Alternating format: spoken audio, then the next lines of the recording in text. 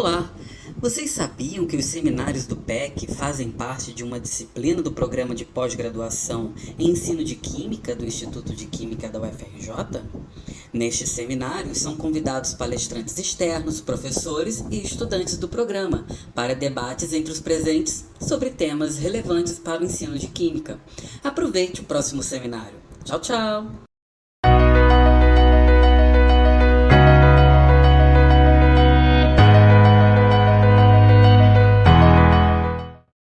Primeiramente, dar boa tarde a todos, né, e todas presentes aí no nosso seminário do dia de hoje, né, mais um seminário aí do programa Mestrado Profissional em Ensino de Química.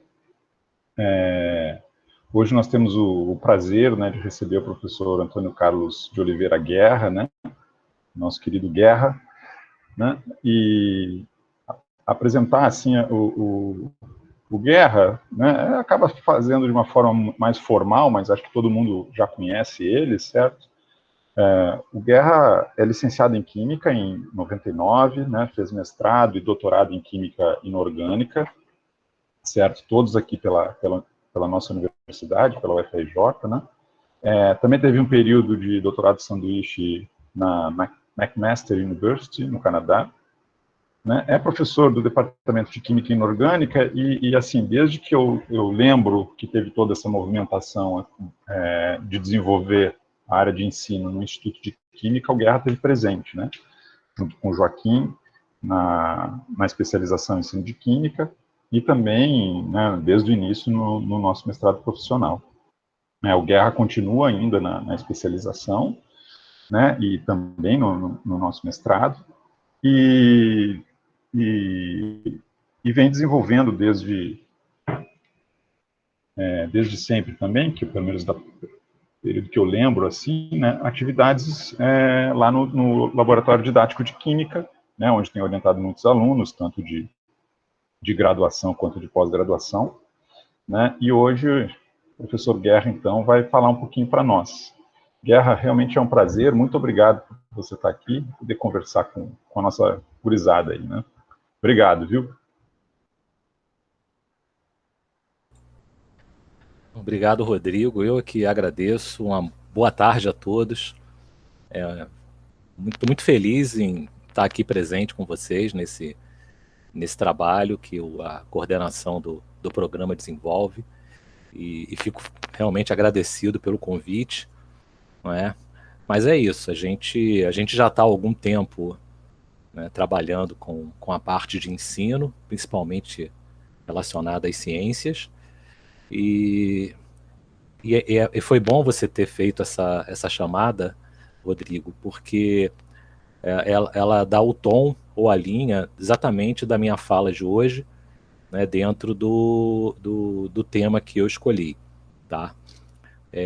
Eu vou projetar aqui a minha tela, vocês me dão licença.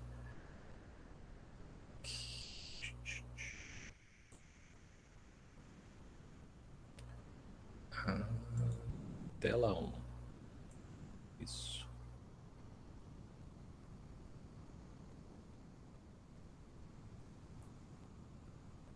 Bom, acredito que todos já estejam enxergando aí o primeiro slide. E a verdade é que hoje eu quis quebrar um pouquinho com o que eu acredito que seja o tradicional nos seminários da área de ensino, né, ou os seminários de uma pós-graduação, que é aquela apresentação clássica, aonde o palestrante, o seminarista, ele traz um conjunto enorme de referenciais teóricos, que faz uma abordagem da literatura em contraponto com os seus trabalhos, com os seus projetos, apresenta muitos resultados e tenta trazer assim algo que tem se desenvolvido dentro dessa área, no nosso caso, do ensino de ciências. Mas eu realmente repensei e repensei esse convite, né, e decidi fazer o que esse título traz, né, uma breve reflexão. Né, uma breve reflexão sobre modelos didáticos que cada um de nós, professor, costuma utilizar e assumir, às vezes até mesmo sem perceber, mas acima de tudo, né, algo que vem, entre aspas, me incomodando por um lado e me ensinando muito por outro, ao longo dessa minha trajetória de pesquisa e trabalho na área de ensino de ciências, que é essa crítica ao chamado tão conceituado ensino tradicional. A coisa funciona assim, né? A gente precisa, às vezes, de algum incentivo, alguma motivação para se manter ativo e ver e rever as suas questões, suas opções, às vezes até mesmo os seus valores, fazem parte do processo. Só que nesse caso, quando a gente reflete demais, a gente traz mais dúvidas e mais questões ao processo do que propriamente respostas. E eu acho que eu vou acabar fazendo isso hoje com vocês, não é? Vou trazer mais questões não respondidas do que direcionamentos ou opções claras que se possa esperar dentro desse processo, tá? Como o professor Rodrigo falou, eu já estou há algum tempo nesse trabalho e eu me recordo que as primeiras orientações que eu acabei assumindo na universidade, elas estavam justamente pautadas em propostas que se diziam ou buscavam ser diferentes, ser inovadoras, não é? O termo que se usa hoje em dia, naquela época não se usava, né? São metodologias alternativas, né? A palavra alternativa, ela entra com muita força nessa década em que nos encontramos, né? Mas na minha época, né, era o diferente de fato, né? Era fugir ao diferente. E a gente sempre trazia muitas críticas e muitos comentários em cima de tudo que a gente encontrava na literatura. Pois bem, a boa parte do processo, da forma da escrita, não é? E isso eu digo dos meus próprios alunos que eu orientei e continuo orientando até hoje, isso ainda acontece, não é? Apesar de eu esperar o momento certo para tentar tirar isso da mentezinha deles, não é? São questionamentos como, por exemplo, vivemos na escola do século passado. É muito comum a gente receber manuscritos, artigos, monografias, dissertações, teses, trabalhos para eventos que tratam dessa questão do ensino de ciências, já logo no primeiro parágrafo, críticas como, por exemplo, vivemos na escola do passado, os professores seguem o ensino tradicional, e aí coloca vários autores, várias referências a partir da literatura, que também fizeram as suas críticas a esse modelo de ensino. Se diz também a necessidade de combater o famoso processo de memorização. Existe claramente, e a gente sabe disso, uma questão por trás da quantidade de informações dentro do ensino de ciências, e a química não é diferente. Então, por conta disso, a gente vai acabar observando uma prática classicamente conteudista, e isso de fato acontece, dentro desse processo de ensino e aprendizagem. Então, esses aí são... Eu ficaria enchendo slides e slides sobre os diferentes argumentos, só revendo os trabalhos que meus alunos já fizeram nas suas primeiras ou segundas versões, né? Mas acontece uma coisa interessante e que me marcou muito, que foi exatamente numa orientação que eu tive de uma aluna, onde ela fez a proposta de um jogo didático, e esse jogo didático ele tinha como objetivo quebrar essa rigidez e esse processo conteudista e de memorização dentro da área do ensino da química. A proposta em si, o jogo, ou a metodologia de aplicação do jogo, ela era muito interessante, né? Mas a verdade é que, apesar da gente ter usado um modelo dito diferente daquilo que a gente está acostumado a observar em sala de aula, a gente não conseguiu ver diferença entre um grupo que nós comparamos, que passou por essa metodologia do jogo e um grupo que não, de alunos, né, que não passou por essa metodologia, mas todos eles alunos da mesma professora.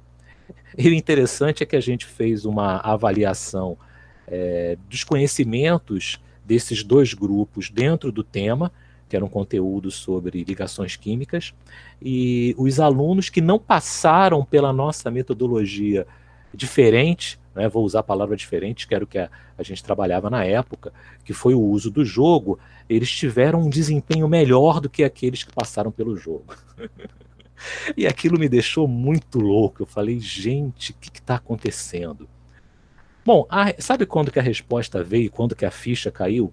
Exatamente no momento, no período em que a gente submeteu esse trabalho para um evento, inclusive um evento internacional.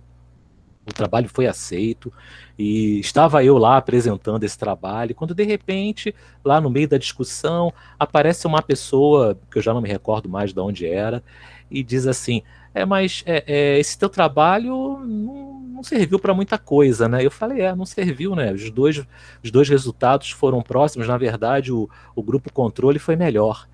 E ele me disse, é porque você fez uma proposta inovadora, mas o seu método de avaliação foi tradicional. E isso me marcou muito, por quê? Porque me chamou a atenção da diferença entre a metodologia que a gente usa na aproximação ou na abordagem pedagógica e o instrumento, ferramenta de avaliação daquele processo. Porque a gente usou uma simples avaliação, uma simples prova, digamos assim, de 10 questões de múltipla escolha. Os meninos que não tiveram a metodologia a partir do jogo, que não foram apresentados ao conteúdo a partir do jogo, usaram um instrumento ao qual eles lançam mão o tempo todo, que é o da memorização. Enquanto que os meninos que participaram do jogo, eles simplesmente não é, se desconectaram do processo memorístico, não é, e tentaram internalizar o conceito. Mas a estrutura de avaliação que a minha aluna criou com a minha aprovação, é óbvio, eu era orientador, ela dava assim, um espaço maior à memorização do que a contextualização e a compreensão, o raciocínio dentro dos conceitos. E aí foi que eu entendi, bom, a gente faz uma crítica enorme ao processo de ensino, traz uma proposta totalmente inovadora e diferente dentro do nosso conceito e a aplica num espaço que ainda é pautado por todo esse tradicionalismo que a gente critica e combate. Então é por isso que eu coloquei como título desse slide Críticas à Crítica. Ou seja, a gente precisa ter atenção e perceber que todas essas propostas, como aquilo que vem sendo trazido desde muito tempo e hoje em dia para resolver os problemas do ensino tradicional, como ensino tecnológico e conectado hoje mais do que nunca, né, nesse processo de distanciamento social e o uso do meio virtual, né, toda a questão da aula remota. São muitos os artigos que vêm sendo submetidos para as revistas da área sobre propostas de ensino pautado, né, na na questão das TICs e etc. Né? A questão do ensino prazeroso e atrativo é uma frase, um jargão comum que a gente encontra também nas nossas propostas de trabalho, dizer que aquilo que a gente está trazendo de fato vai ser prazeroso e atrativo para o aluno, quando na verdade qualquer ação ou atividade diferente daquilo que a gente costuma fazer em sala de aula sempre vai trazer prazer e atrair ou motivar os alunos, e algo diferente, o diferente sempre atrai. A questão do lúdico ou do motivador, né, principalmente para o grupo que hoje em dia descobriu ou redescobriu de uma forma um pouquinho diferente os jogos, não é? e o ensino lúdico dentro das ciências, não é? E a própria questão do ensino contextualizado. Esse é um pouquinho mais antigo, e ele começou a fazer muito barulho, digamos assim, no ensino básico, principalmente no ensino médio, a partir das propostas de questões dentro do Enem, né, que se diziam contextualizadoras ou dentro de um contexto, mas totalmente desconectadas de fato da questão ou do conteúdo que estava sendo requerido naquele ensino. Então, todas essas falas e muitas outras que eu não apresento aqui, elas surgem de forma recorrente nas nossos manuscritos, e essa crítica, ela, às vezes, ela é simplesmente um pano de fundo para tentar justificar o porquê daquela nossa proposta de trabalho ou da continuidade de um processo específico de ensino ou de intervenção pedagógica. Então a gente precisa pensar um pouco nisso. E a partir dessa minha reflexão em cima dessas críticas que os meus alunos fazem, né, e continuam fazendo até hoje, é que eu resolvi pensar um pouquinho e repensar a questão dos desafios, no caso nosso específico da educação científica, né? A Sevian e o Talanker, eles trazem uma fala interessante, são professores que trabalham com as chamadas progressões de aprendizagem, né? Mas eles trazem uma fala interessante que diz que um desafio central em educação científica é o desenvolvimento de modelos educacionais coerentes que integrem ideias centrais e práticas nas e entre as disciplinas. Então veja que esses autores, eles já colocam, já desde 2014, mas isso vem de antes, né, que o grande desafio no processo educativo dentro das ciências é sermos capazes de trabalhar modelos educacionais que sejam coerentes. E veja que o que eu falei até agora só demonstra incoerência no nosso trabalho. A gente faz uma proposta dita inovadora, mas utiliza num formato tradicional, ou mescla as coisas, sem perceber que assim está sendo feito, e sem fazer uma autocrítica do próprio trabalho, né? Mas esse modelo tradicional, esse modelo educacional coerente, ele não é fácil de ser alcançado. E daí é que vem, então, essas ideias centrais e práticas, né? Veja como o estudo e a pesquisa na área de educação é fundamental nesse processo, né? Para que a gente consiga compreender qual é a nossa melhor opção de abordagem dentro de uma dada disciplina, relacionada a um dado conteúdo e em função do público-alvo, que vai variando conforme a gente muda de ano, de série, de escola, de localidade, etc. Ou seja, são muitas as variáveis. Uma questão interessante é a gente pensar exatamente o que contribui para esse desafio, né? Esse grande desafio na estruturação de um modelo educacional coerente. E eu trago aqui alguns pontos ainda dentro dessa minha reflexão, né? Que é, por exemplo, a questão da relação aluno-professor e escola. É muito comum a gente observar, nós que fazemos parte de um programa de pós-graduação em ensino, e que os nossos alunos são professores, na sua grande maioria atuantes em sala, alguns com uma boa experiência já de quadro e etc., a gente observar na fala deles essa crítica, né, a essa relação, né? É mais ou menos assim: o professor coloca ou seja, a culpa do processo educacional não funcionar, e usando a linguagem mais direta, né, os alunos não aprendem química ou não aprendem ciências. Por quê? Porque é culpa do aluno e culpa da escola. O aluno porque não está interessado, não corre atrás, a escola porque é mal estruturada, porque a direção não me dá atenção, etc. O aluno, por sua vez, diz que não entende e não compreende o assunto por culpa do professor, que não tem a didática correta, e por culpa da escola, que não lhe dá condições adequadas. E a escola, por sua vez, coloca a culpa nos outros dois, dizendo que o professor não faz o trabalho adequado e o aluno não quer nada. Ou seja, é um jogo de empurra, né, onde um aponta o problema e joga a pedra na vitrine do outro, esquecendo que também é vitrine no processo. Porque essa relação é uma relação contínua e inseparável. O espaço escolar, eu entendo que tudo que nós temos passado e vivido desde o ano passado com o nosso isolamento social e essa transferência do ensino para o modelo remoto ou que seja híbrido, nos tem demonstrado a importância do espaço escolar, sabe, do chão ali da sala, e desse contato direto, físico, pessoal com os nossos alunos, com os colegas professores, com a direção da escola, com o espaço físico, que é a escola instrumentalizada para que esse processo de ensino aconteça. A gente está vendo como é importante essa aproximação.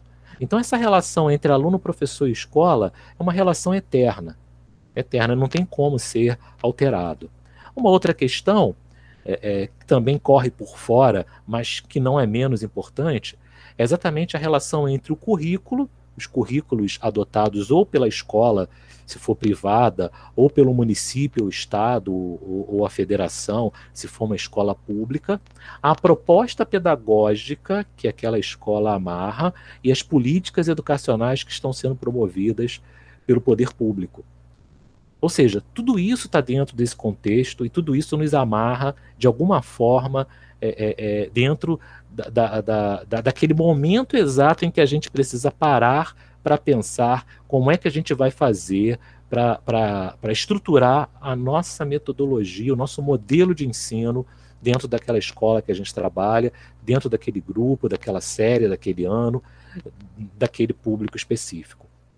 Então, as questões curriculares e a crítica ao conteúdo, né, essa visão conteudista, ela passa dentro dessa estrutura curricular, que está diretamente relacionada à proposta pedagógica, que acaba sendo atrelada a esse currículo, e a própria política educacional que a gente tem vivenciado e muitas vezes, entre aspas, obrigado a seguir, dependendo da estrutura escolar em que a gente atua.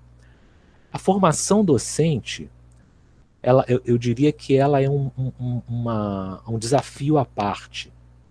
E no fundo, tudo começa por aí, né?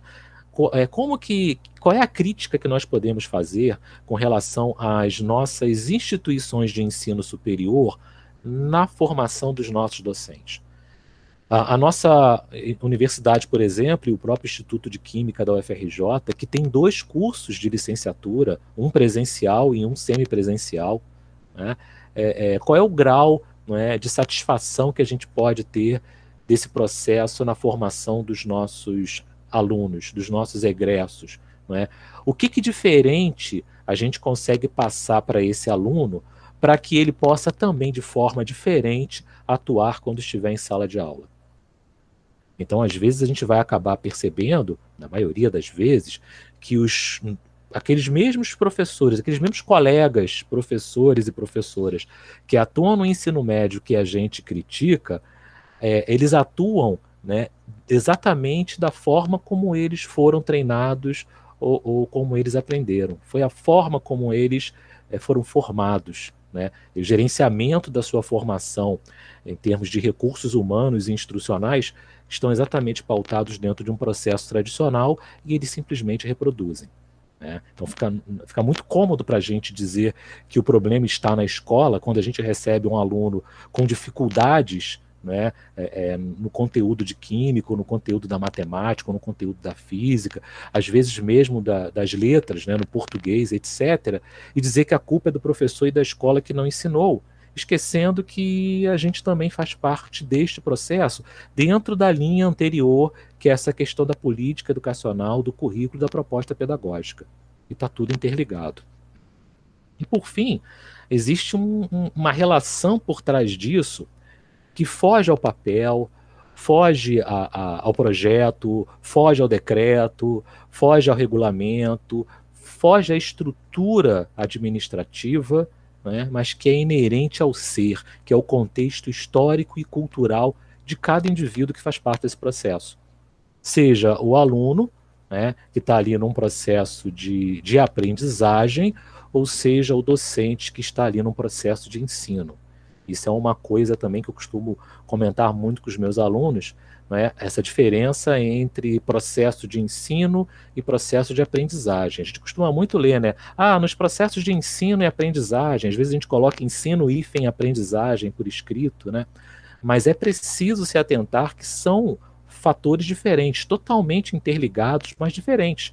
A gente pode ter um excelente processo ou metodologia de ensino e o aluno não conseguia aprender por outros motivos, motivos cognitivos, motivos históricos e culturais, por N questões. Ou a gente também pode ter um péssimo modelo de ensino e o aluno conseguir aprender todo aquele conhecimento porque ele tem a estrutura cognitiva, a base histórica e cultural dentro da família ou na sua própria, no seu próprio contexto social, que lhe facilita a interação com aquele conteúdo e ele leva aquilo tranquilo, sem problema. Então, é preciso diferenciar processo de ensino de processo de aprendizagem, tá? Apesar deles estarem intimamente ligados. Então, a gente entende que esses são algumas questões, não são as únicas, obviamente, não é? Mas lembre-se que eu fiz uma reflexão breve, eu estou pensando alto aqui, vocês estão me ouvindo, ok? Tá? Mas é uma reflexão breve daquilo que eu entendo, na verdade, que possam ser fatores que contribuem para esse desafio na estruturação de modelos educacionais coerentes. A questão é que isso não para por aí, né? Porque existe o chamado modelo didático do professor. Tá? O modelo didático do professor é abordado, e tem muitos trabalhos, se vocês forem na literatura colocar modelo didático de professor no Google mesmo, vocês se preparem que vocês vão ficar 1 mês e meio lendo e não vão parar. Tá? São muitas propostas interessantes, muitos debates interessantes em diferentes áreas. Mas eu trouxe aqui essa fala do Júnior e Marcondes, tá? Onde eles dizem que o modelo didático do professor é um produto constituído pelas crenças, pela cultura, pelas relações sociais que permeiam o processo de ensino e aprendizagem e a intencionalidade do professor em ensinar seus alunos. Ora, gente, só essa definição que os autores trouxeram de modelo didático nos diz que, não é nada simples a gente criar o nosso próprio modelo didático. 2, que sob hipótese alguma a gente vai achar um único modelo didático ou um conjunto específico de modelos didáticos que sirvam para qualquer situação, para qualquer criatura, em qualquer momento. Por quê? Porque esse modelo didático trata exatamente da ação ou do processo ativo do professor em sala, de como ele trabalha e constrói este processo aí sim interligado de ensino e aprendizagem junto aos seus alunos naquele espaço físico ao qual ele foi destinado para ministrar a aula.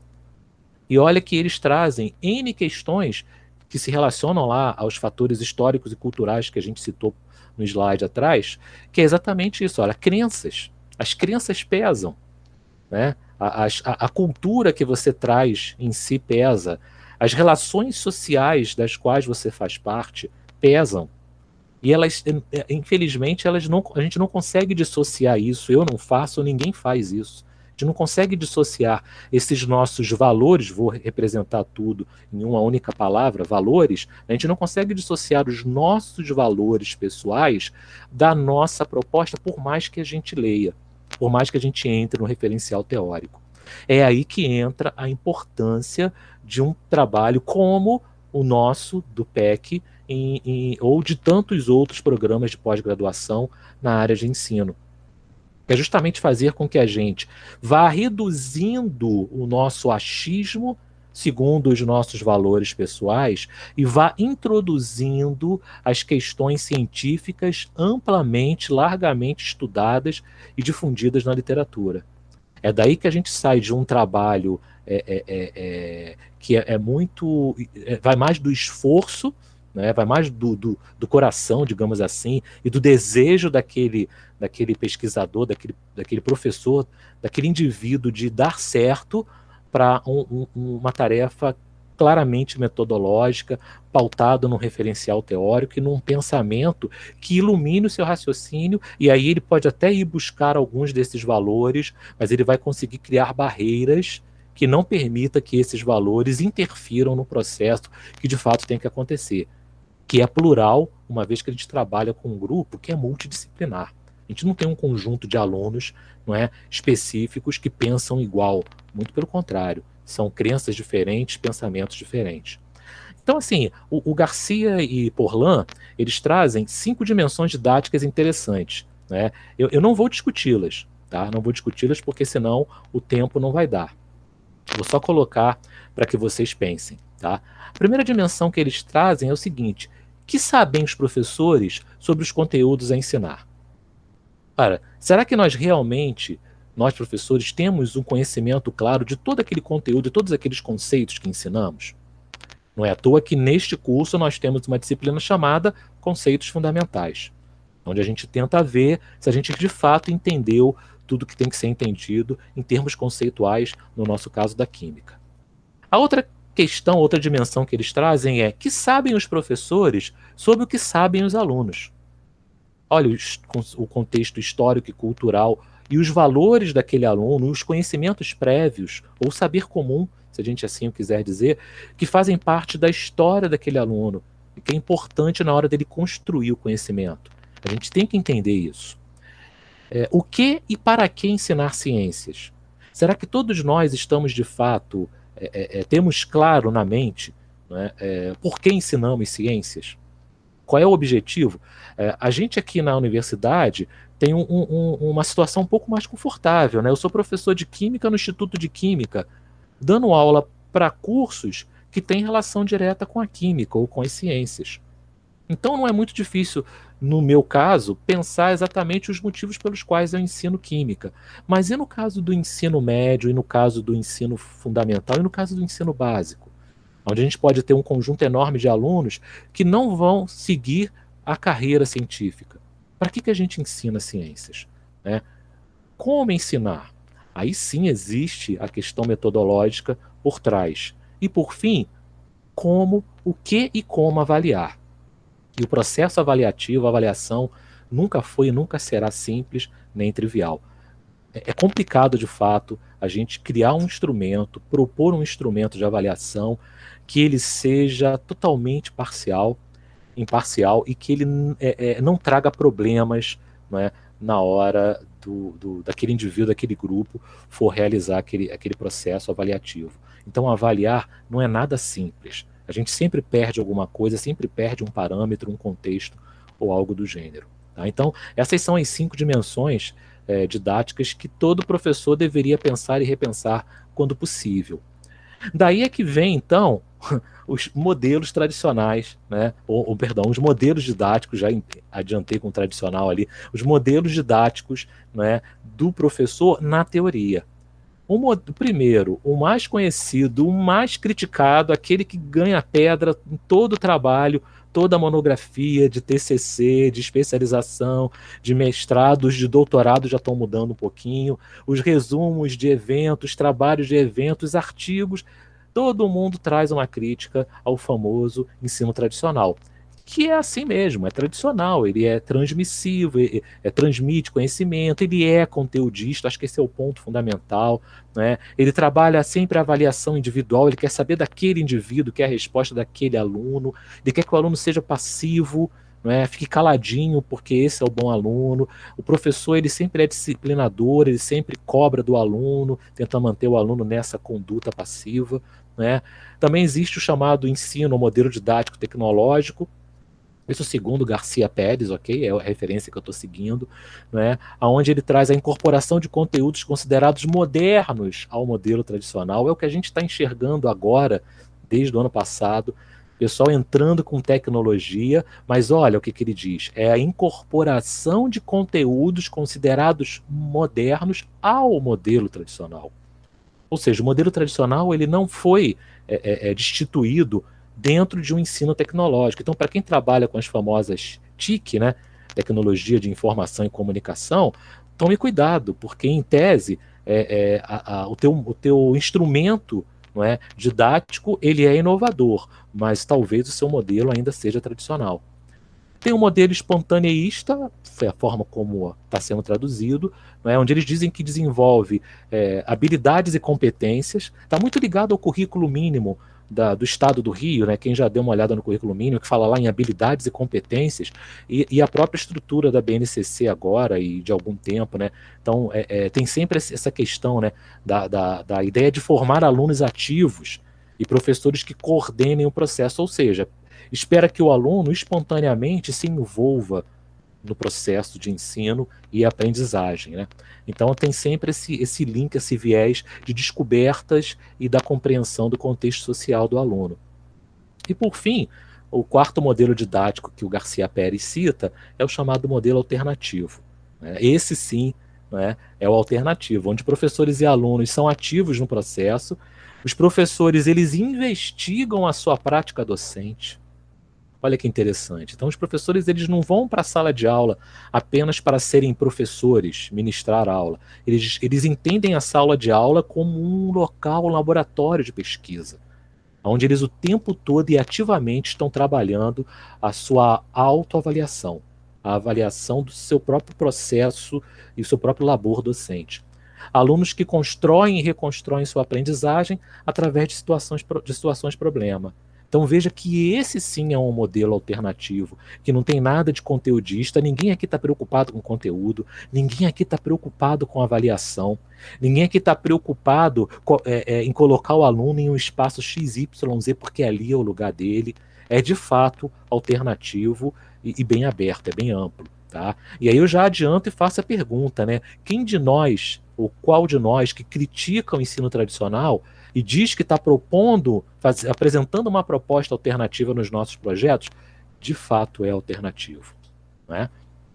Então, essa construção do modelo didático pelo professor não é simples, né? O professor se apropria de certas características, às vezes antagônicas, né, de cada modelo didático e cria o seu próprio modelo em sala de aula.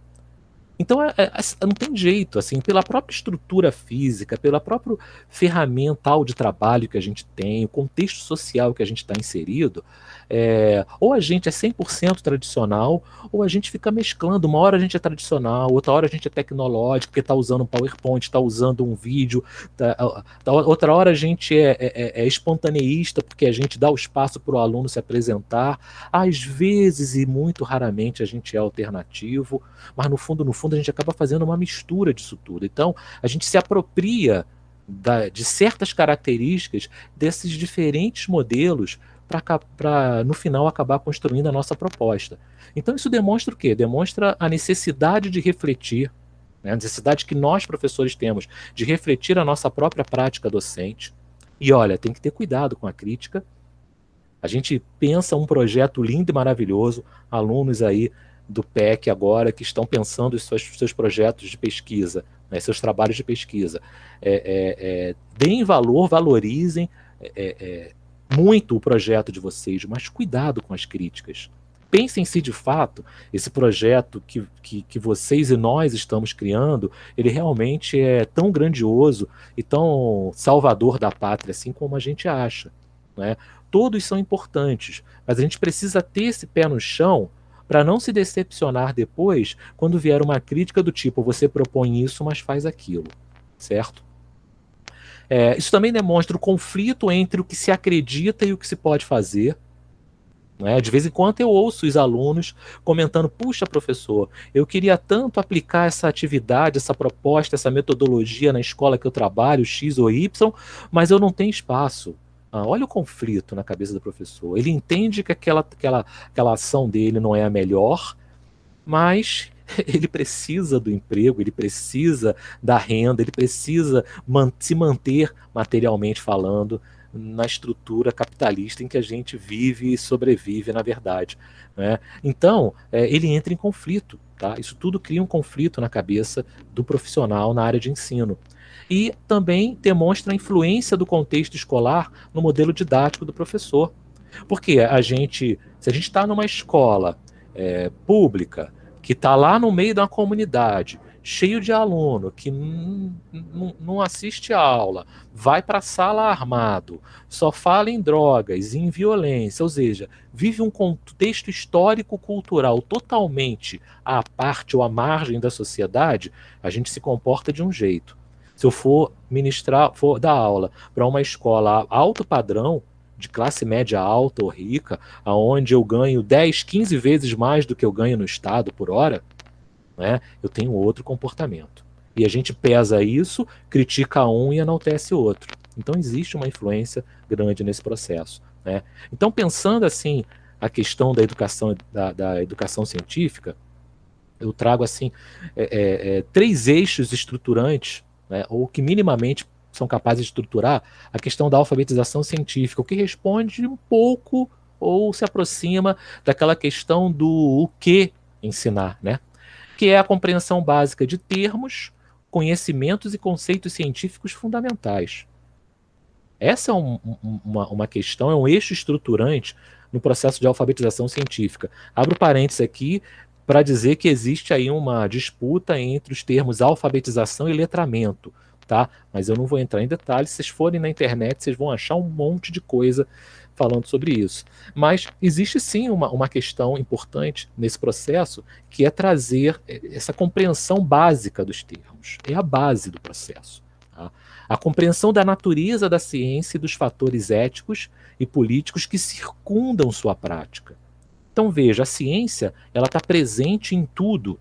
Né? É a exposição que o professor Joaquim coordena lá no Laboratório Didático de Química. Né? A química em tudo. E a química está em tudo, a ciência está em tudo. E não é isenta. Ela não é isenta. Por que ela não é isenta? É preciso entender conceitos básicos para que o aluno perceba o motivo pelos quais, ou os motivos pelos quais ela não é isenta. Né? E o entendimento dessas relações, né, das relações existentes entre ciência, tecnologia, sociedade e meio ambiente. Não estou falando aqui especificamente do modelo CTS, ou já que eu botei meio ambiente ali, se quiserem CTSA, né, mas a maioria que trabalha fica no CTS. Não é essa a questão, porque a gente pode abordar cada um desses pontos em separado. Tá? Mas a abordagem de ciência, tecnologia, sociedade e meio ambiente em um conjunto como um todo, tá? Não é simplesmente um processo de contextualização. Tá? Quem trabalha com CTS fica muito chateado, aborrecido mesmo, quando olha um trabalho que se diz usar um modelo ou aproximação CTS numa simples contextualização que banaliza o processo. Então tem muito mais por trás disso. Tá? E aí a gente acaba encontrando o quê? Já estou me encaminhando para o final. A gente acaba encontrando o quê? A gente acaba encontrando algumas propostas metodológicas. Né? Citei algumas aqui simples, né? Ensino de ciências por investigação, ensino baseado em projetos, ensino baseado em problemas, a abordagem CTS, o uso de jogos didáticos ou atividades lúdicas, a chamada aprendizagem colaborativa, sala de aula invertida e por aí vai.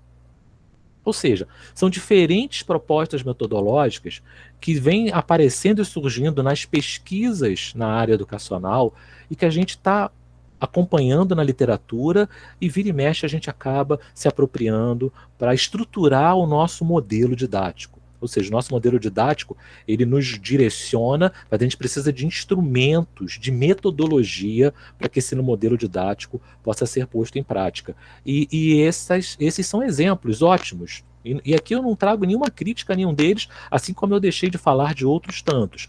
Mas é preciso diferenciar instrumento de ação.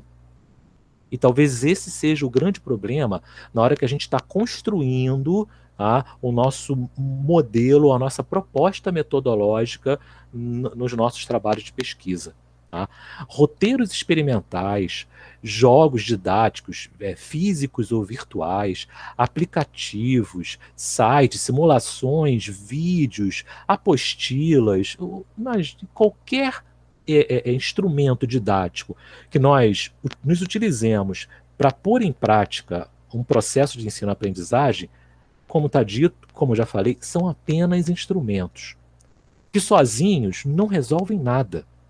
Tá? Um jogo sozinho não resolve nada, um experimento sozinho não resolve nada. Tá? Então a gente precisa se apropriar desse instrumento com um método definido. Tá? Um método definido. Então, toda intervenção pedagógica ela deve estar pautada em um objetivo, em uma metodologia e em um referencial teórico. É exatamente o que a gente busca o tempo todo no nosso trabalho aqui na pós-graduação. Então, olha, o objetivo ele tem que estar permeado por esse referencial teórico. Porque nesse caso, a nossa metodologia também estará. E aí a gente vai começar a entender que esses instrumentos didáticos, tá, tanto quanto aqueles modelos, métodos que a gente citou no slide anterior, eles serão ferramentas muito úteis nas nossas propostas, nas nossas intervenções pedagógicas, mas sem um referencial teórico, né, sem uma base da aplicação, sem a gente saber para que a gente quer fazer aquilo, sem uma questão de pesquisa, uma pergunta interna, aonde eu quero chegar com isso, né? Eles são simples instrumentos que só vão divertir os alunos em sala, mas que não vão fazer a menor diferença no processo de formação científica deles. É isso, gente. Então, fiquem à vontade aí se vocês tiverem dúvidas ou comentários. Muito obrigado pela atenção.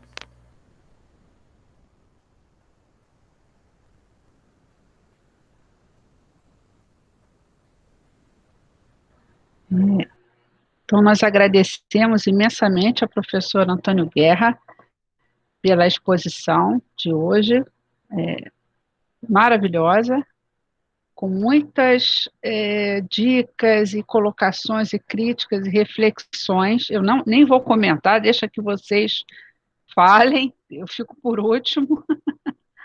E eu acho que agora é o momento, né, de aproveitar o professor aqui, fazer todas as perguntas. Espero que tenha anotado tudo aí para fazer. Fiquem à vontade, os alunos da turma, os convidados também. Professor Rodrigo, quer falar alguma coisa? Não, até quero, mas acho que é melhor o pessoal perguntar, né? Abrir a palavra para o pessoal aí, ficar mais à vontade, né? Aproveitem que o Guerra é de casa, o pessoal se desinibir, né? Vocês têm aproveitado pouco esse momento, assim, né? Rodrigo, se você me permite, vocês fiquem à vontade para perguntar, porque o que eu não souber, eu na boa vou dizer que eu não sei. Então pode ficar tranquilo, não, pode mandar, sem problemas.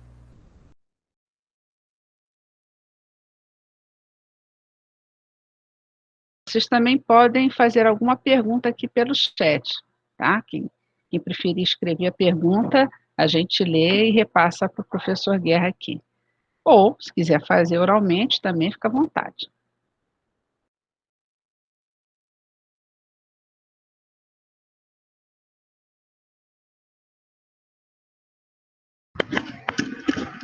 Acho que já que o pessoal está inibido, né, deixa eu só dar um pontapé inicial. Então, Ninguém tem problema de modelo didático.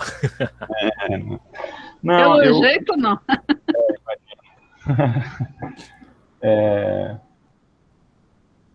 Não, primeiro agradecer, né, pelo seminário mais uma vez, assim, né, o trabalho, a apresentação legal, né, instigante, né, ela me lembrou, de certa maneira, um pouco também aquela discussão que teve nos seminários da especialização, em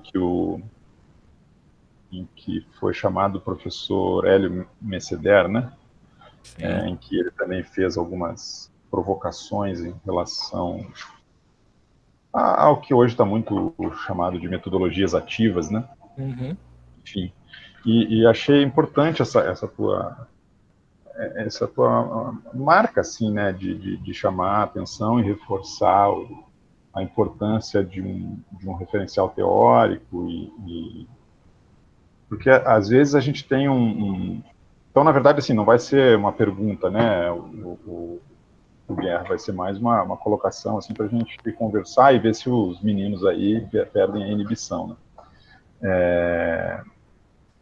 O Guilherme está dizendo que vai ser. Quer falar, Guilherme? Um abraço, Guilherme. Não, só também pedindo licença que eu estou saindo, mas eu gostei muito da apresentação. Parabéns, Antônio, e vou deixar também que vocês discutam aí essas ideias, assim, essas ideias interessantes que você colocou, tá? Um abraço a todos. Abração, Guilherme. E a gente tem essa coisa de às vezes, muito voluntarista, né? Vamos fazer uma experimentação. Aí já pensa no experimento, já pensa naquilo, já pensa, sei lá, se a escola não tem, já vai pensar, não tem infraestrutura, já vai pensar em como trabalhar com materiais mais caseiros, mais rotineiros, essa coisa toda, ou então se é um jogo, já vai pensar no tabuleiro, já vai pensar no que, né? E não no que no que você mobiliza por trás, né, nisso que você também está chamando também de uma etapa de avaliação disso, como é que você avalia, ou mesmo como você, né, como a teoria, né, ilumina todo esse processo que é muito anterior ao botar a mão na massa, vamos dizer assim, né. Então, acho extremamente importante. Queria dar até um relato, assim, porque agora o Arthur, né, um dos nossos alunos, né, o Arthur, que está sendo orientado por mim e pelo Joaquim, o Arthur chegou para nós com a ideia de fazer um jogo, né? E eu nunca orientei em jogo, né? Não tenho essa prática, né? E disse para o Arthur, não, vamos embora, vamos pensar aqui, eu tenho algumas ideias com relação à coisa do bacharel, que é um pouco mais a minha praia, de repente a gente trabalha alguma coisa, né? Ele falou em RPG, ele queria usar um RPG. E a gente já foi meio que para esse voluntarismo que eu estou falando agora. Aí numa primeira reunião com o Joaquim disse, não, peraí, gente, mas o que está por trás? Né? Como é que você está pensando né, em termos de aprendizagem? O que você vai mobilizar? Vai ficar o jogo pelo jogo? Vai ficar isso? Né? Então, acho muito bacana isso que você traz, né? E de alerta para nós mesmos, né? E só para terminar essa história, né, desse exemplo bem meu, né, e do Arthur, né, a partir daí a gente começou a ler o Vygotsky, né, para tentar dar uma... Então, na verdade, o Joaquim está orientando ao Arthur e a mim. Né, então, foi ótimo, sim, né, e aí, enfim, estou me aventurando aí pelos livros do russo, né, do Vygotsky. Então é isso, gente. Era mais isso, e agradecer mais uma vez aí, Antônio. É isso, Rodrigo. Assim, bom, primeiro tem que dizer que não é à toa que o professor Joaquim, há anos nessa universidade, trabalha com a disciplina de metodologia científica em pós-graduação, né? A gente já trabalhou junto, já dividiu essa disciplina durante muitos anos no nosso programa de Química, né, na PGQU, e agora ele também está colaborando aqui no PEC. Então ele tem bem esse olhar, e também aprendi muita coisa com ele, hein, Rodrigo? Então se ele está te orientando agora, ele já me orientou um dia, né? Tem realmente muito que agradecer a ele, tem uma visão assim, privilegiada dessas questões da metodologia em si. Mas é isso, o voluntarismo, ele é muito grande, sabe? Vou trazer aqui bom, está sendo gravado, vai para o YouTube, então vou trazer aqui um bastidor de um evento que a gente participou, né? Há algum tempo. E nesse evento a gente via como era a crítica da própria comissão do evento, né? Como os trabalhos eles se repetiam, era um evento na área de ensino, né? E como os trabalhos se repetiam. Sabe, então você de repente entrava num corredor de apresentação de pôsteres, era numa época que ainda podíamos conviver pessoalmente, né, presencialmente, né, e aí você encontrava quase que os mesmos títulos. Você olhava no livro de resumos e falava, gente, deve ser a mesma pessoa que pegou o título, mudou o D pelo DO, o A pelo E, o U pelo A e mandou o mesmo trabalho 10 vezes para poder ganhar ponto no currículo, né? Mas eram de pessoas diferentes, de localidade, era um evento nacional, então tinha gente do Brasil inteiro, né? Então eram pessoas de diferentes regiões do país, com diferentes orientadores, mas esse voluntarismo ele era o mesmo. As pessoas elas se encantavam pela sua proposta metodológica, se encantavam com aquela ideia de entrar em sala e aplicar um jogo, de aplicar uma atividade que trabalhe alternativas específicas, né, diferenciadas, o trabalho com o aluno, a aprendizagem colaborativa, né, traziam problemas para o aluno discutir, mas tirando aquele momento da aplicação desse instrumento, todo o resto da proposta era 200% tradicional. Era pautado em conteúdo, exigia que o aluno entendesse aquilo ou por bem ou por mal, ou seja, a questão da memorização ela estava ali por trás. Enfim, a gente não consegue quebrar isso, e que não é fácil. Eu sei que não é fácil. Pelo motivo que eu disse, né? Isso está inserido na própria estrutura de construção do espaço escolar. Não é? Essa proposta da BNCC, assim, existem milhões de críticas a essa proposta, eu tenho 1 milhão mais uma, né? Mas ela tinha tudo para ser ótima. Tinha tudo para ser ótima, a proposta da BNCC, se ela não tivesse um direcionamento, uma intencionalidade, digamos que maligna por trás do processo. Mas assim, mas era assim, era o espaço que o aluno precisava, que a escola precisava, que o professor precisava para desenvolver trabalhos e atividades didáticas dentro do espaço escolar, segundo a sua questão histórica e cultural. Por isso que o professor Joaquim pediu para vocês estudarem Vygotsky. Não é à toa, né?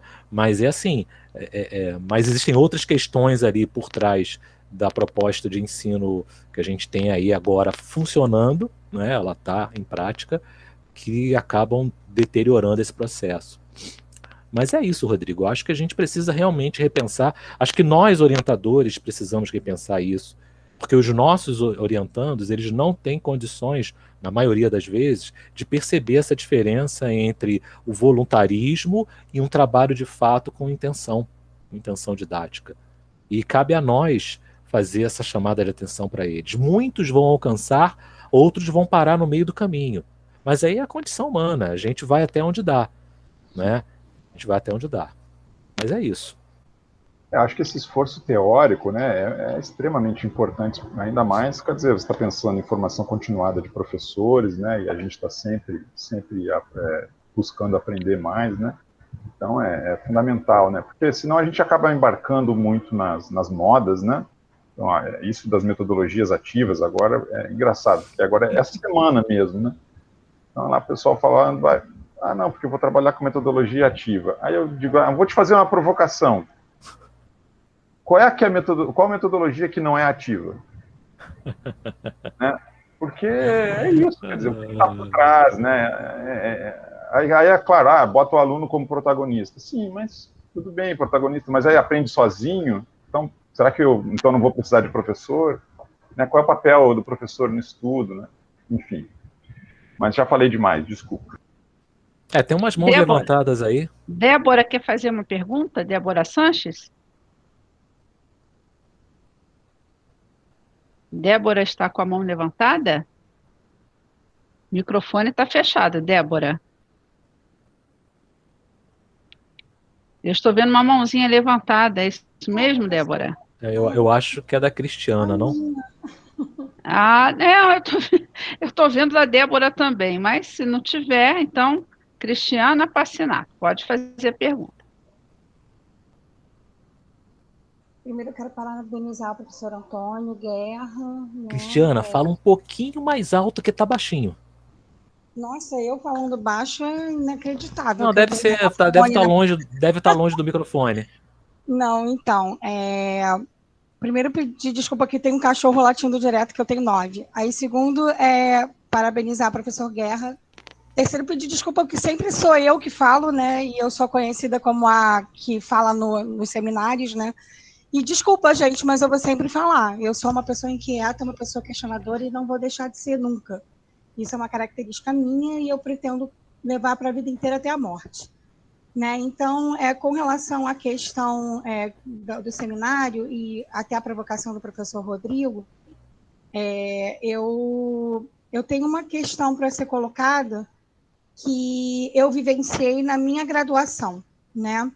Existiu uma modinha, né? Pelo menos na UERJ nós importamos essa modinha nos anos 90, da questão do GPEC, né, que a gente tinha uma diretriz que era muito forte, que era o Grupo de Pesquisa e Ensino de Química da USP, que desenvolveu uma série de livros que eram metodologias dentro de pesquisa dos temas geradores, embasado muito nas teorias do Paulo Freire e construtivismo e tudo mais, para a gente desenvolver mini projetos de planos de aula. Então, nós tínhamos que desenvolver muita coisa dentro de sala de aula, no sentido de desenvolver projetos com uso de material alternativo, uso de química do cotidiano e tudo mais. Por quê? Porque a gente sabia que as escolas públicas e os professores não tinham condições, a infraestrutura das escolas, isso de forma errônea, porque tem muita escola pública que tem laboratório que vira depósito e as pessoas não sabem. E fica aquilo lá empoeirado, com kits enormes. Tinha o carrinho de sorvete do Estado, foi conhecido aí durante décadas, e quer dizer, uma década, e eu inclusive, tirei um carrinho de sorvete todo para poder botar num laboratório, equipar um laboratório que estava desativado, mas a direção também não estimulava, enfim, vários problemas que a gente enfrentava no ensino público, no particular, tudo. E durante os anos 90, a gente foi estimulado, inclusive as nossas práticas de ensino restritivas lá na UERJ, a gente tinha as observacionais, que eram feitas no CAP, e também tinha as restritivas que a gente fazia no Instituto de Química, e era direcionado para o Ernesto Faria, que era um colégio estadual na Mangueira. E a gente fazia um projeto, e a gente fazia, inclusive, as práticas de ensino voltadas para as práticas do GPEC, que eram todas voltadas, e isso, na realidade, era uma coisa nacional, tá, Guerra? A gente tinha, assim, a gente conhecia pessoas de vários lugares, tanto em ENEC, RAD, SBQ, a gente percorria e via as pessoas fazendo e reproduzindo as mesmas coisas, como você relatou. Então, nós que éramos licenciandos na época de 90, mais ou menos de 90, eu fui de 94 a 2006, né? 2006 lá na UERJ, depois eu acabei na Souza Marques. Mas não era muito diferente na Souza Marques. Todo mundo estimulava a química do cotidiano, utilização de materiais alternativos e projetos com o tema gerador, a gente pensando em química do cotidiano, a gente pensando em utilizar essas coisas. A gente mal sabia, mal tinha contato com outras teorias, outras metodologias. Metodologia ativa nem se falava um pouco de a questão das TICs, mas era assim, uma coisa muito embutida. A coqueluche era fazer um laboratório alternativo dentro, sei lá, tinha até kit que vendia para colégio, para a gente comprar lá na biologia da UERJ, a gente tinha os kits da professora Marli Veiga, que ela vendia para todo mundo. O pessoal do CEDERJ, CCERJ fazia isso direto para a reciclagem do professor. Eu sei porque eu tive contato com a Penha Jacobino e a Maura Matos. Eles estimulavam os professores a fazer isso. Então, tudo que está sendo combatido agora tem uma certa razão de ser, e tem, assim, uma evolução, né? É um desenvolvimento do que a gente, né, é normal, tem que mudar mesmo. Mas há de se contextualizar e buscar também um pouco na memória que há 10 anos atrás, há 20 anos atrás, se estimulava toda uma classe de licenciandos e professores, e esses licenciandos que vieram a também compor os quadros de colégios, tanto particulares quanto das redes públicas, que trabalham nessa perspectiva porque foram formados dessa forma, porque a gente acaba sendo formado mesmo, colocado numa forma e sendo jogado no mercado dessa forma, né? Então, a gente foi meio que catequizado para poder utilizar esse tipo de metodologia. E eu acho que é mais do que salutar a gente evoluir mesmo para outros pensamentos, buscar outras coisas e pensar diferente, sair da caixinha, porque tem coisas que a gente tem que realmente pensar e bater de frente. Então, é uma coisa que eu estou botando, é uma colocação que eu estou colocando aqui, professor, colocação que eu estou colocando é pleonástica, mas como a gente também assim, a gente está criticando, formando outros alunos e mostrando outros horizontes. Mas nós que já fomos né, formados dessa forma, como fazer? Porque a resistência é muito grande. Se a gente vai apresentar alguma coisa nova para quem já é formado e acha que aquela fórmula, aquela receita de bolo dá certo, não vai querer modificar a cabeça porque está dando certo, porque acha legal, porque acha bonitinho, é show de química, a gente vai para a sala de aula e dá certo mesmo. né? Porque a gente já quebrou paradigmas da tal da pedagogia, metodologia tradicional. E aí eu queria perguntar para vocês, como é que vocês acham que vai ser o desafio daqui por diante, né? Já que a gente não vai ter nem muito a sala de aula, né, física, né, presencial, a gente vai ter um ensino híbrido daqui por diante, não tem jeito, é a realidade. Como é que a gente faz, né? Como essa coisa, a gente tem que realmente ir mais para a abstração, a gente tem que ir mais para colocar, para o pensar, para buscar a abstração que a química já deixa, porque assim, a gente fica muito no real. Cristiana, só um minutinho. Né? Eu sei, Cristiana, tem que deixar. Desculpa te interromper, minha flor, mas faz a sua pergunta por causa da hora, tá bom? Eu estou fazendo, professora, eu estou fazendo. Então, como a gente vai fazer com o professor daqui por diante, já que a gente acha que a fórmula estava errada? A gente tem que questionar de alguma forma. Então, Cristiana, a gente já se conhece há algum tempo, já bateu muito papo sobre isso tudo e outras coisas. E eu vou trazer para você uma fala que eu costumo utilizar com os meus alunos, né, de forma corriqueira. Existem diferentes propostas, né? Um dos meus slides lá, eu falava sobre a questão do currículo, a prática pedagógica e a política educacional. E a gente tem que se questionar, né, dentro da estrutura escolar que a gente decidiu fazer parte, né, participar, atuar, em que posição, em que momento, em que lugar no espaço, né, e tempo aquela instituição se enquadra. Quando a gente fala de escola pública, a gente fala de um espaço que até pouco tempo atrás, né, pode ser que mude num possível retorno presencial depois disso tudo e com a atual gestão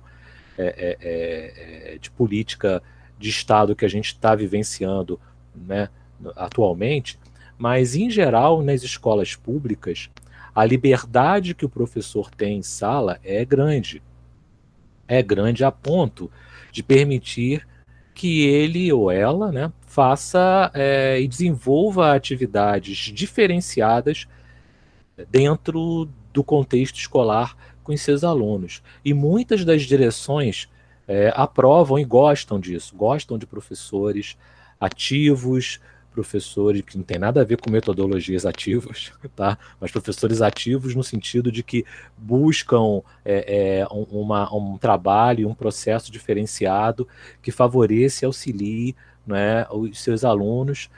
Tem muita direção que, enfim, não vai contribuir nunca, mas isso é gênero humano, não é? Em toda regra há uma exceção. Agora, quando a gente vai para uma escola privada, o processo muda de figura. Porque a escola privada, ela tem como foco central a questão do capital, né? Antes mesmo da escola privada pensar no aluno, ela tem que pensar no dinheiro que aqueles pais ou que aquele aluno vai trazer para a escola, de forma a manter a escola funcionando. Que foi o grande baque das escolas privadas nesse período que a gente vivenciou aí no ano passado, né?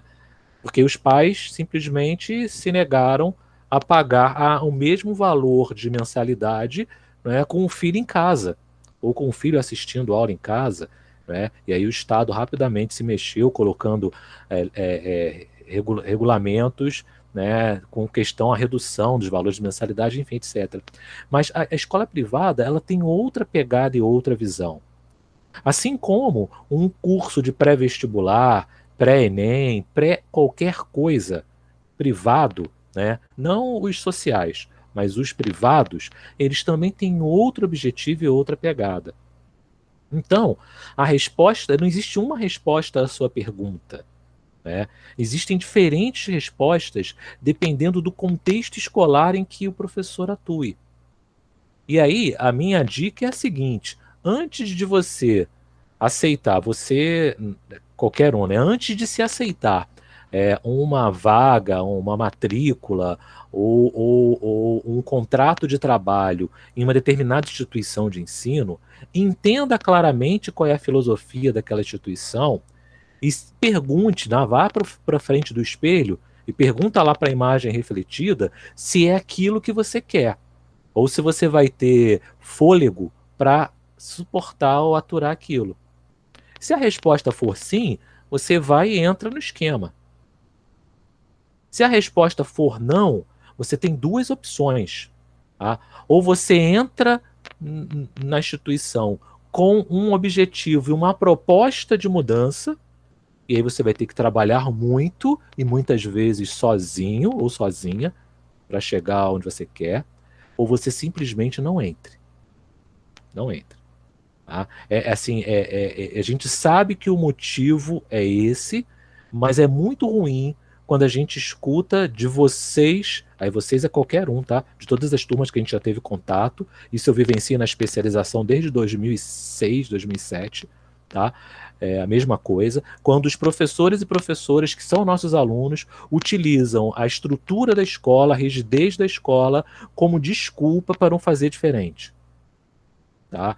E aí a gente tem que pensar que se aceitou aquele processo, ou você aceita aquilo e não critica, ou você aceitou estar naquele meio, mas que você vai precisar repensar como é que resolve aquele problema. E não tem resposta. Não tem resposta única. É uma questão, de fato, de trabalho. Tá? Bom, vou parar de falar. Paulo, acho que tem mão levantada aí. Sim, eu até fui para o final da fila, porque tem Juliana Domingos e depois Carla Alvarenga. Juliana, fica à vontade. Boa tarde. Vou falar exatamente sobre isso. Até o que você falou agora, para mim, eu senti como se eu estivesse levando uma bronca. Porque... Não é a minha intenção. Não, mas está certo. Eu passo muito por isso de não conseguir fugir desse modelo tradicional. Na escola que eu trabalho, é uma escola particular, e é voltada para concursos militares, principalmente para colégio naval, né? Então, é aquele modelo bem conteudista. Eu já sabia disso até porque eu já tinha estudado lá antes. Uhum. Aí, o que acontece? Eu e os professores de biologia, de física, a gente já tentou fazer alguns projetos, e a gente já apresentou para os diretores, e aí eles vão e falam assim, não, muito bom, tá ótimo, só que vocês não podem fazer isso agora. Quer dizer, eles não falam diretamente que a gente não pode, eles sugerem, né? Eles sugerem que a gente faça esse projeto depois que passarem as provas. Então, isso é só lá em agosto, setembro, quase no quarto bimestre. E eu confesso que isso dá uma desanimada na gente e a gente acaba nem tocando mais no assunto depois. E uma coisa que aconteceu comigo ano passado, antes da pandemia, no primeiro dia de aula que eu fui dar para o primeiro ano do ensino médio, né? Eu fiz só uma revisão, assim, geralmente eu faço uma revisão mais conversando com os alunos, e eu pensei em fazer aquela experiência da torre de líquidos com eles, né, sobre densidade. Aí dividi eles em grupos, e cada um ali foi fazendo no seu grupo. E toda vez que eu via algum vídeo dessa experiência no YouTube, tinham vários comentários dos alunos falando assim, ai, nossa, eu queria tanto que meu professor fizesse isso na sala de aula.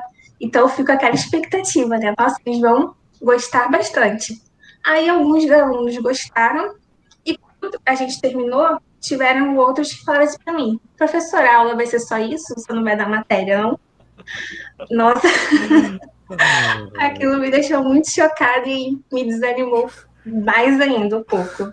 Mas eu tô ali perseverante, né? Era só isso, era só um relato mesmo. Um balde de água fria, né? Isso. Juliana? Que coisa difícil, né?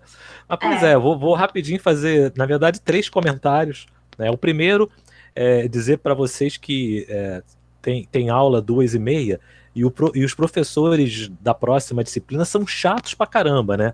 E aí, então, né, como eu sou um deles, eu tive que abrir aqui na outra tela a sala, porque eu que gerencio a sala de aula, tá? Então, se eu vi um blim, blim, blim, é porque eu abri a sala ali de aula. Peço desculpas.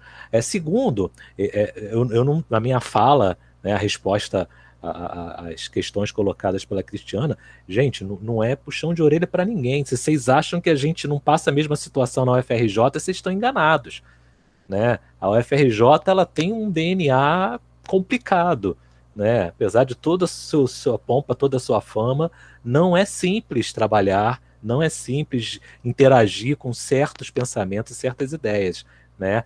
Em níveis diferentes, níveis não é nem maior, nem menor, nem melhor, não, tá? São só níveis diferentes, porque vocês estão no ensino básico e a gente está na graduação. Mas as questões são as mesmas, tá?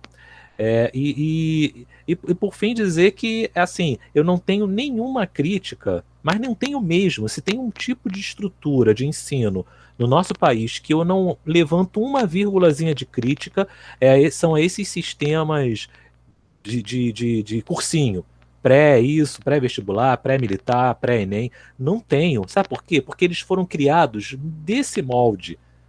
Com eles são os cursinhos, são a estrutura de ensino que tem assim, um objetivo mais bem definido, na minha opinião. Porque quando o aluno entra, quando você se matricula num cursinho desse, você sabe que você vai ficar lá durante 6, 7 meses, sofrendo desesperadamente com um volume absurdo de informações e uma quantidade descomunal de exercícios para resolver. Então esse é o modelo, e aí quem entra no curso de pré-vestibular para criticar o conteúdo está no lugar errado. Né? Então não tem jeito, né? Esse é o sistema deles, e aí não tem jeito. Se você resolveu participar, espero que pelo menos o salário seja legal, porque eu sei que o modelo é pauleira. Mas enfim, tem mais um aí para falar, né? Carla Alvarenga, pode fazer a sua pergunta. Olá, boa tarde. Então, eu não tenho uma pergunta, tem até um questionamento. Porque como o Guerra começou falando aí na primeira fala dele, foi falando sobre a crítica lá que nós professores fazemos ao ensino tradicional, várias frases lá colocadas. E atualmente eu acabei de ler um artigo da Ana Maria, que são fundamentos.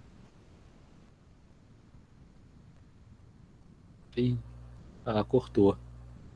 Eu acho que o seu áudio está fechado. Caiu eu? Carla, volta um pouquinho porque cortou a sua fala. Você falou da trabalhando da Ana Maria.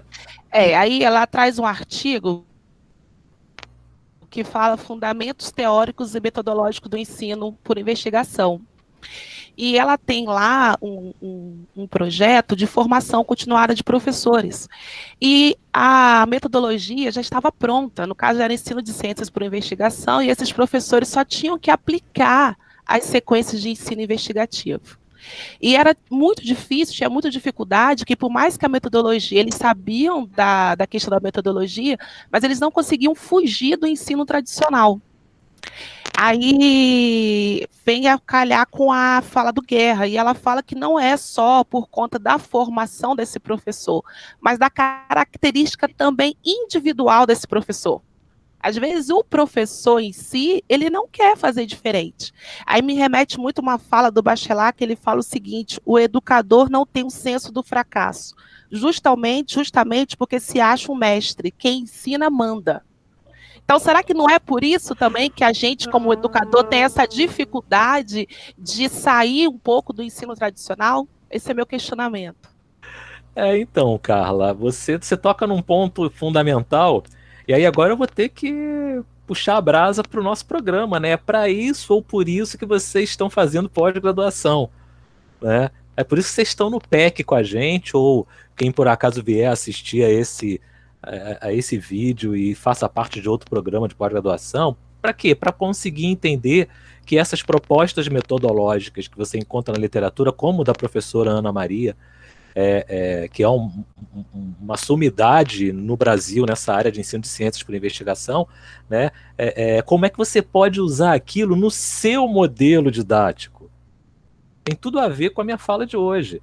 Ou seja, se o professor não consegue perceber o seu próprio modelo didático, você pode dar a metodologia, a técnica que você quiser para ele, que vai continuar não dando certo. Ele vai simplesmente usar aquilo como quem usa o giz no quadro, que é para escrever, ou como quem usa o projetor de slides, que é para projetar a imagem.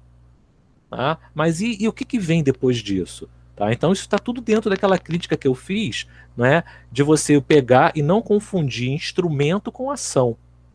E a gente só vai conseguir ter essa ação com conhecimento. Tá aí a necessidade da leitura dos referenciais teóricos. Por que a gente aborrece tanto vocês com referencial teórico? Tem que ler para você estruturar o seu pensamento dentro de algo que você entenda e concorde. Você tem que entender e concordar. Tá? Se você consegue fazer esse trabalho, aí, Carla, talvez esse personalismo, me permita chamar de personalismo, talvez esse personalismo ele comece a cair por terra. Porque aí o educador, a educadora, o professor, a professora, vai começar a perceber o quê? Vai começar a perceber o quão importante é ele olhar para si mesmo e se entender dentro daquele projeto com responsabilidade pelos possíveis fracassos dos seus alunos. Olha, é uma mudança, é um divisor de águas, e eu garanto a vocês isso porque foi assim que aconteceu comigo. Para minha sorte, aconteceu lá no iniciozinho, mas quando eu comecei a dar aula, a entrar em sala, na primeira turma, que foi um índice altíssimo de reprovação, a primeira pergunta que eu fiz é: por quê? E tantos alunos reprovaram.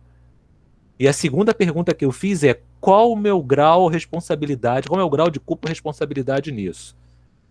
Então, se a gente não se pergunta, se a gente não faz essa pergunta a nós mesmos, sabe, o famoso de si para consigo, em termos de qual é a minha responsabilidade por este aluno ou aquela aluna ter tirado uma nota baixa ou ter se reprovado, a gente não está pensando o processo educativo como um todo. Mas a gente só vai ganhar essa percepção se a gente tiver uma visão além daquilo que a gente aprendeu nos bancos da escola formadora de docentes, que é a universidade. Porque os cursos de formação docente não permitem a gente superar esse processo, infelizmente. Mas essa é uma reflexão importante.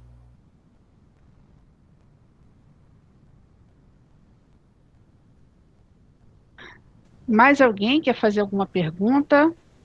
Aproveitando, nós temos 2 minutinhos finais aqui, porque o professor também vai dar aula. Guerra, então me permita só, eu achei que você fez na sua apresentação várias reflexões e, mais importante, mostrando para todos nós que não existe,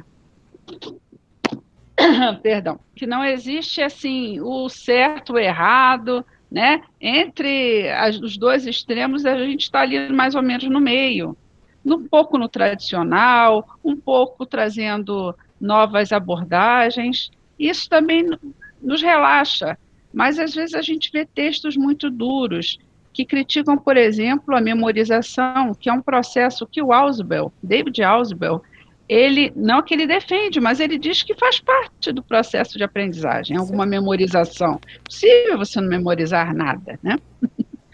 Então, não podemos também demonizar a memorização, assim como a aula tradicional.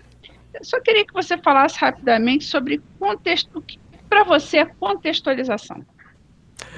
Então, ótimo. Vou ter que falar sobre essa questão da memorização. Ninguém mandou se provocar. Mas não é só Ausubel que fala sobre isso, não, né?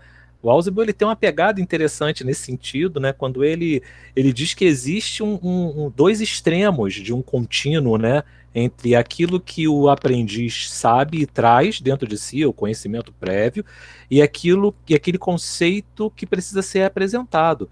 E aí, dependendo da forma como o aprendiz interage cognitivamente com aquelas informações que são trazidas pelo modelo didático do professor e a sua metodologia, ele vai se enquadrar em algum ponto ao longo desse processo. Ou seja, sempre há um ganho para o aluno, ainda que seja pequeno, ele nunca vai ficar no zero. Ele sempre vai dar um passozinho à frente daquilo que ele sabia. Pode ser que ele não alcance, chegue lá perto do conhecimento pleno que nós gostaríamos, mas ele também nunca vai chegar no conhecimento pleno na nossa sala. Qual é o exemplo total disso? O exemplo total disso somos nós, professores, que quando entramos em sala de aula, estudamos química, e quando vamos dar aula de química, a gente tem dificuldade com um conceito que a gente estudou durante 4, 5, 6 anos na universidade. E a gente só aprende química estudando. Quando a gente vai preparar a nossa aula, e a gente vai rever os nossos livros, os nossos escritos, é que a gente vai descobrir que a gente não sabe química direito, que a gente estudou para passar na universidade e se formar lá depois na formatura. Tá? Então, o processo de memorização ele faz parte da construção do conhecimento na estrutura cognitiva. A gente lembra de nomes. Eu tenho dificuldade danada de lembrar nomes, né? Os meus alunos sofrem comigo, porque às vezes passo o período inteiro e eu esqueço o nome do aluno, da aluna. Eu não esqueço a fisionomia, mas eu confundo os nomes. Chamo Júlia de Juliana, Maria de Marta e assim por diante. Mas o que acontece? É um processo de memorização. A gente só ganha conhecimento memorizando estruturas daquele conteúdo. A diferença do processo, e é isso que esses métodos alternativos buscam, é a melhor forma da gente trazer esse conhecimento à tona. Como é que a gente traz isso à tona? Como é que a gente aborda esse processo de uma forma diferente para fazer com que o aluno entenda que ele deve ter aqueles conhecimentos memorizados, conteúdos mínimos, tá? Mas ele precisa saber como atuar e trabalhar naquilo. É nesse sentido que o contexto entra. Por quê? Porque o contexto do aluno diz muito para ele em termos de interesse e de motivação na compreensão e uso daquele conhecimento que ele memorizou. Então, como é que a gente faz para sair de um extremo ao outro, do senso comum do aluno para o conhecimento científico? É apresentar conteúdos, informações, conceitos, nomes. A ciência, né, que tem essa coisa simbólica muito forte, né? O pessoal da semiótica trabalha isso como ninguém, né? Mas a ciência que tem essa questão da linguagem, é uma linguagem própria, né? É um novo alfabeto. Quando você estuda química, é um novo alfabeto. Eu me arriscaria a dizer que muito mais do que a física, né? A química é um novo alfabeto. Você está sendo alfabetizado em química, né? Mas a questão é como é que a gente ajuda o aluno a pegar aquele conteúdo, né? Aquele vocabulário químico e aplicar no seu dia a dia, visualizar aquele vocabulário no seu dia a dia. E nisso o contexto tem importância. Tá? O contexto tem importância. Então, por isso que eu comentei que quem estuda CTS estuda todos esses fatores juntos. Não estuda só o contexto em si do aluno. Mas ele tem que trazer a questão da visão política, da visão social, da visão religiosa, porque a gente tava lá uma das definições, né? As crenças, existem as crenças por trás. Não é a gente incentivar a crença nem criticar a crença de ninguém. A gente não pode jogar fora. A gente tem um aluno em sala que ele aprendeu na crença religiosa dele que o mundo foi criado em 7 dias. Como é que a gente lida com isso? Como é que a gente vai chegar para uma criança e dizer que está errado? Mas a gente também não pode dizer para ele que está certo. Então é simples? Nunca. Nunca. Quem me dera que fosse simples. Agora, tem que ter um jeitinho de se aproximar desse processo.